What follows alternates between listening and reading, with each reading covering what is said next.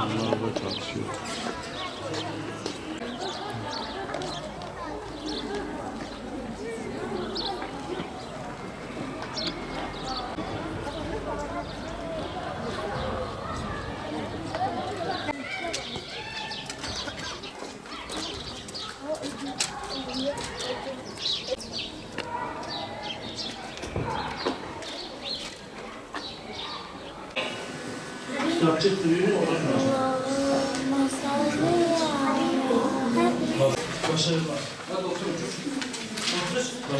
Hadi başlayın abi.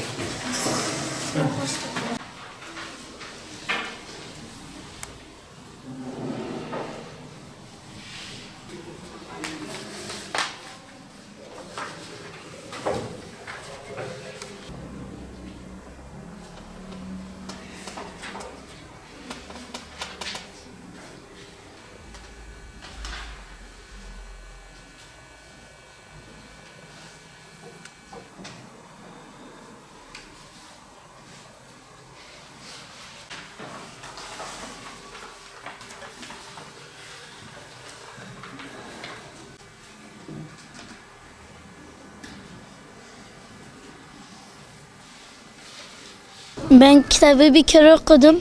Siyer sınavına da çok çalıştım. Umut da ediyorum bir şey kazanacağım diye. İkinci defa. Bazıları zordu, bazıları kolaydı. Yani orta zor öyle. Karışık. Kazanmasam da kızımdan. Siyer sınavı sayesinde dinimizi öğrendim. Peygamberimizin hayatını öğrendim. Sahabelerin hayatını öğrendim. Çok faydalı. Her sene katılacağım. Tavsiye ediyorum. 4. sınıfa gidiyorum. 9 yaşındayım. Yani siyer yarışmasına hiç katılmadım. İlk kez denedim.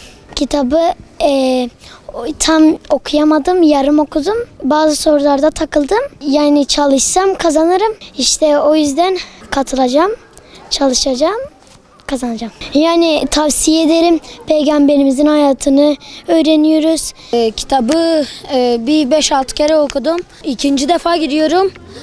Sorular kolaydı. Yani ödül olarak KB'yi bekliyorum ama KB kesinlikle çıkmaz. Ömre dışında drone olabilir, bilgisayar olabilir, bisiklet olabilir. Bu yarışmanın kaybedeni yok yani. Çünkü peygamberimizin hayatını okuyoruz, dinini öğreniyoruz. Bu sınavlara girdiğimizde bir sevap kazanıyoruz yani. Siyer yarışması kitabını bir defa okudum. İyi geçti çok şükür. Ortaydı yani. Biri zor, biri kolaydı. Bilgisayar, telefon, tablet. Ben onu bilmem, Allah bilir. Bir hafta kalmamıştı hatta daha. Ben heyecanla okudum. Hatta aileme de anlatmaya başladım. Annem mesela unutmuştu. Ben de dedim ki anneme babama bağıra anlattım. Boğazım da ağrıdı.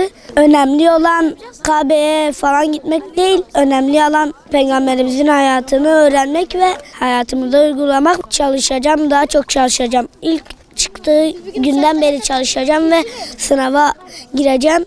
3 kere bitirdim kitabı.